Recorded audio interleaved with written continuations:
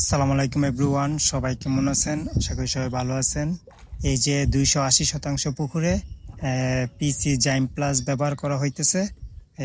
আপনার ইদারিং 2-3 দিন ধরে মাছের খাবারের আগ্রহ অনেকটাই কম, এর জন্য আপনার এই ডোজটা করা হইতেছে।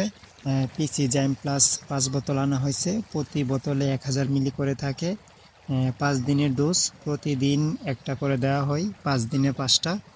পিসি জাইম প্লাসটা আমরা তেলাপিয়ার জন্য ব্যবহার করতেছি।